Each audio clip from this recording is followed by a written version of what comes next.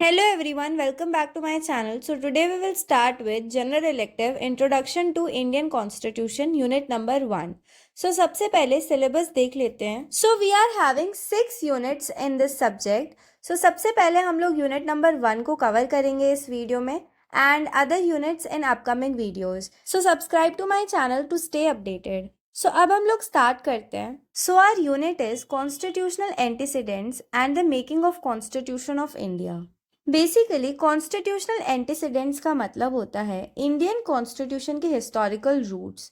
ये समझना ज़रूरी है कि ब्रिटिश रूल के कौन से लॉज और रिफॉर्म्स ने इंडियन कॉन्स्टिट्यूशन को शेप किया. And making of the constitution of India, इसका मतलब है जब इंडिया इंडिपेंडेंट हुआ तब हमारा अपना कॉन्स्टिट्यूशन कैसे बना, किस प्रोसेस से गुजरा और इसमें किस किस का कंट्रीब्यूशन था. सो बेसिकली इंडियन कॉन्स्टिट्यूशन एक सडन क्रिएशन नहीं है. ये हिस्ट्री के अलग अलग फेजेस, ब्रिटिश रूल के लॉज, इंडियन फ्रीडम स्ट्रगल के एक्सपीरियंसेस और वर्ल्ड कॉन्स्टिट्यूशन से सीख कर डेवलप हुआ. So basically first let's understand कि व्हाट इज कॉन्स्टिट्यूशन. कॉन्स्टिट्यूशन एक रूल बुक है जो गवर्नमेंट का स्ट्रक्चर, सिटीजन्स के राइट्स और ड्यूटीज और कंट्री के बेसिक लॉज को डिफाइन करता है. सो बेसिकली ये एक रूल बुक है हमारे कंट्री का जिसके हिसाब से पूरा का पूरा कंट्री जो है रन करता है. सो अब हम चलते हैं हमारे फर्स्ट टॉपिक की तरफ विच इज कॉन्स्टिट्यूशनल एंटीसीडेंट्स, भारतीय संविधान का इतिहास.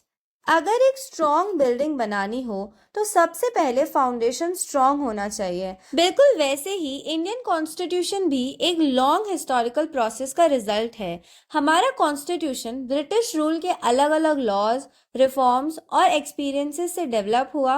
ब्रिटिश गवर्नमेंट ने ईस्ट इंडिया कंपनी के रूल से लेकर गवर्नमेंट ऑफ इंडिया एक्ट 1935 तक बहुत सारे लॉज और पॉलिसीज इंट्रोड्यूस किए जो लेटर इंडियन कॉन्स्टिट्यूशन का बेस बने. चलो स्टेप बाय स्टेप देखते हैं कौन से important legal developments Indian constitution के एंटीसीडेंट्स हैं. First is regulating act of 1773. ये ब्रिटिश पार्लियामेंट का पहला अटेम्प्ट था इंडिया के एडमिनिस्ट्रेशन को कंट्रोल करने का. इसमें गवर्नर जनरल ऑफ बंगाल का पोस्ट क्रिएट किया गया जो लेटर वाइसरॉय ऑफ इंडिया बना. Second is Pitt's India act 1784. इस एक्ट ने ब्रिटिश गवर्नमेंट को ईस्ट इंडिया कंपनी के ऊपर डायरेक्ट कंट्रोल दिया. मतलब अब इंडिया सिर्फ कंपनी के अंडर नहीं था बल्कि ब्रिटिश क्राउन भी इंटरफेयर करने लगा. Third is charter acts 1813, 1833, 1853. 1813 act East India company की ट्रेडिंग मोनोपोली खत्म की गई. 1833 एक्ट में गवर्नर जनरल ऑफ इंडिया का पोस्ट इंट्रोड्यूस किया गया जो later prime minister type role बन गया. 1853 एक्ट में सिविल सर्विसेज में इंडियंस को इंट्रोड्यूस किया गया. मतलब first step of government jobs for Indians. Fourth is government of Indian act 1858. 1857 revolt के बाद ये एक्ट आया जिसमें ब्रिटिश क्राउन ने ईस्ट इंडिया कंपनी का रूल खत्म कर दिया.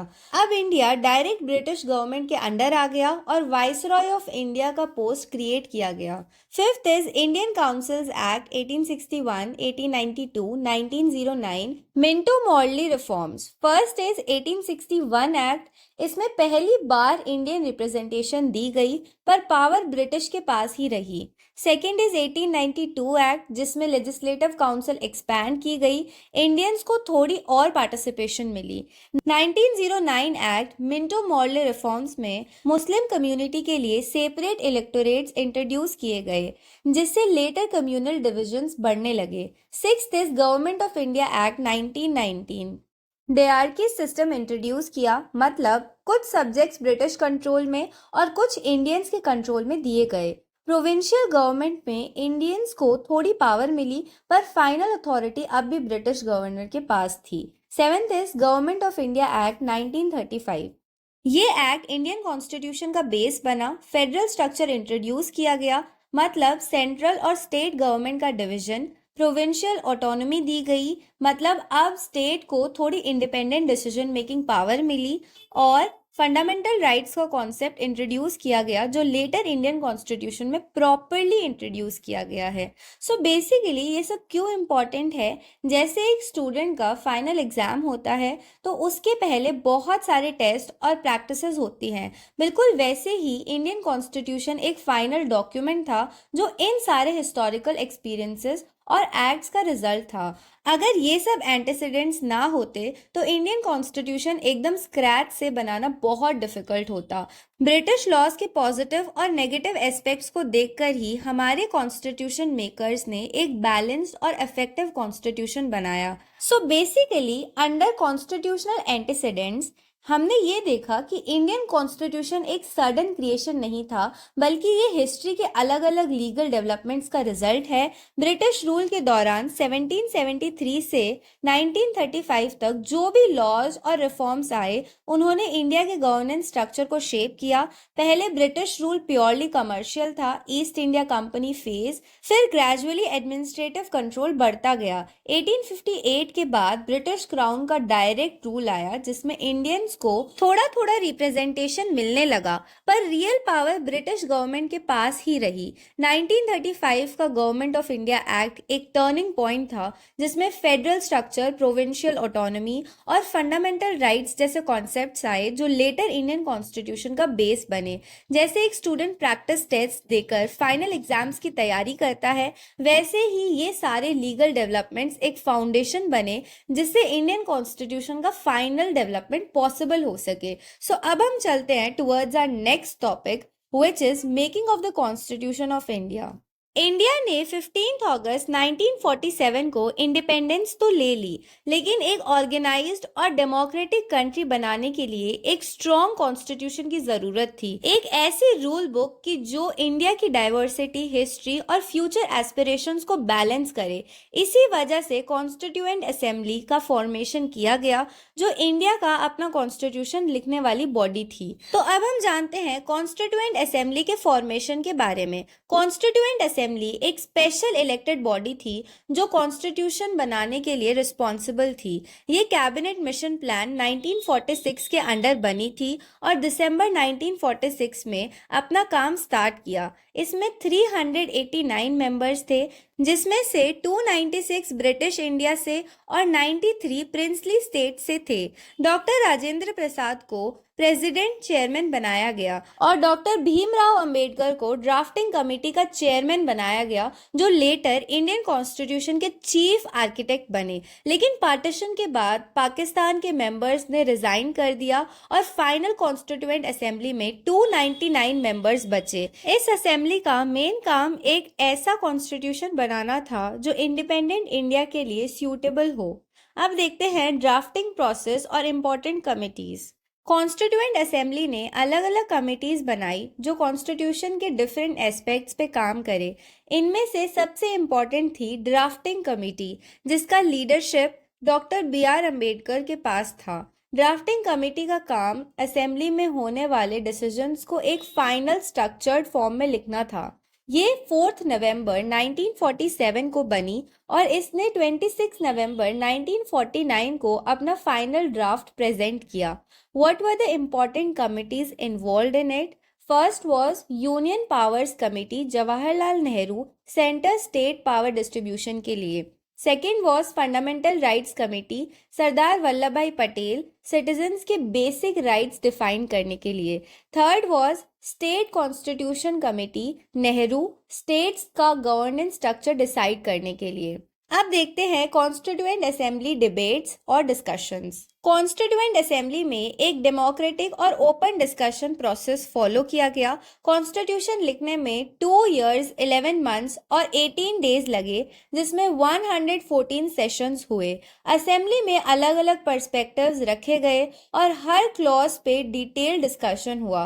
कुछ लोग सेंट्रलाइज्ड पावर सपोर्ट कर रहे थे तो कुछ मोर स्टेट ऑटोनॉमी चाहते थे। कुछ मेंबर्स हिंदी को नेशनल लैंग्वेज चाहते थे जबकि दूसरे मल्टीलिंगुअल अप्रोच सपोर्ट कर रहे थे। लेकिन सबसे इम्पोर्टेंट पॉइंट ये था कि कॉन्स्टिट्यूशन किसी एक आइडियोलॉजी पे बेस्ड नहीं था बल्कि अलग अलग कल्चर्स, रीजन्स और बिलीव्स को अकोमोडेट करने वाला डॉक्यूमेंट था। अब देखते हैं कि की फिगर्स का क्या रोल था। First was doctor B.R. Ambedkar, drafting committee के चेयरमैन, जो कॉन्स्टिट्यूशन का लीगल फ्रेमवर्क और सोशल जस्टिस एस्पेक्ट्स पर काम कर रहे थे। Second was Jawaharlal Nehru, objective resolution introduce किया जिसमें इंडिया के फ्यूचर विजन को डिफाइन किया गया। थर्ड, सरदार वल्लभ भाई पटेल, प्रिंसली स्टेट्स का इंटीग्रेशन और फंडामेंटल राइट्स में इंपॉर्टेंट रोल प्ले किया। Fourth, doctor Rajendra Prasad, constituent assembly के प्रेसिडेंट, जो पूरा डिस्कशन प्रोसेस लीड कर रहे थे। और बाकी जैसे कि श्यामा प्रसाद मुखर्जी, KM मुंशी, ये सब भी इम्पोर्टेंट कॉन्ट्रीब्यूशंस थे जो कॉन्स्टिट्यूशन के डिफरेंट सेक्शंस पर काम कर रहे थे। अब हम देखते हैं कॉन्स्टिट्यूशनल बोरोविंग्स और इन्फ्लुएंसेस। इंडियन कॉन्स्टिट्यूशन दुनिया का सबसे डिटेल कॉन्स्टिट्यूशन है जो अलग अलग कंट्रीज के बेस्ट फीचर्स को अडॉप्ट करता है। तो हमने ब्रिटेन से पार्लियामेंट्री सिस्टम ऑफ गवर्नमेंट को अडॉप्ट किया, USA से फंडामेंटल राइट्स और जुडिशियल रिव्यू, आयरलैंड से directive principles of state policy, Canada से स्ट्रॉन्ग सेंटर और state relations, Germany emergency provinces, Australia concurrent list, south Africa amendment process. ये borrowing सिर्फ copy paste नहीं थी बल्कि इंडियन कंडीशन के हिसाब से मॉडिफाई की गई। अब हम फाइनली देखते हैं अडॉप्शन और इनैक्टमेंट। 26 नवंबर 1949 को कॉन्स्टिट्यूशन को ऑफिशियली अडॉप्ट किया गया, लेकिन ये 26 जनवरी 1950 को फुल फोर्स में आया।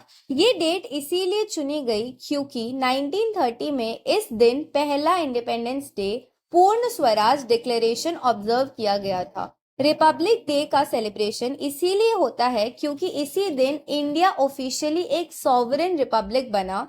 इस दिन डॉक्टर राजेंद्र प्रसाद ने फर्स्ट प्रेसिडेंट के रूप में ओथ ली और कॉन्स्टिट्यूशन इम्प्लीमेंट हो गया। So now conclusion, Indian constitution एक विजनरी डॉक्यूमेंट है जो हिस्टोरिकल एक्सपीरियंसेस, डेमोक्रेटिक वैल्यूज और ग्लोबल बेस्ट प्रैक्टिसेस का कॉम्बिनेशन है। कॉन्स्टिट्यूएंट असेंबली बनी जिसमें बेस्ट माइंड्स ने कॉन्स्टिट्यूशन लिखने का काम किया। Drafting committee led by B.R. Ambedkar ने फाइनल डॉक्यूमेंट प्रिपेयर किया जो 2 years 11 months और 18 days में कंप्लीट हुआ। कॉन्स्टिट्यूएंट असेंबली में डिटेल डिबेट्स और डिस्कशंस हुए जिसमें हर प्रोविजन पर प्रॉपरली बात की गई। दुनिया के बेस्ट कॉन्स्टिट्यूशन से अच्छे एलिमेंट्स अडॉप्ट किए गए पर इंडियन कंडीशंस के हिसाब से मॉडिफाई किया गया। 26 नवंबर 1949 को कॉन्स्टिट्यूशन अडॉप्ट किया गया और 26 जनवरी 1950 को ऑफिशियली इम्प्लीमेंट हुआ। इस कॉन्स्टिट्यूशन ने इंडिया को एक स्ट्रक्चर्ड और डेमोक्रेटिक आइडेंटिटी दी जो आज भी हमारे गवर्नेंस और लीगल सिस्टम का फाउंडेशन है। सो बेसिकली इंडियन कॉन्स्टिट्यूशन एक थॉटफुल और वेल स्ट्रक्चर्ड डॉक्यूमेंट है जो हिस्टोरिकल एक्सपीरियंसेस, लीगल डेवलपमेंट्स और डेमोक्रेटिक वैल्यूज का रिजल्ट है।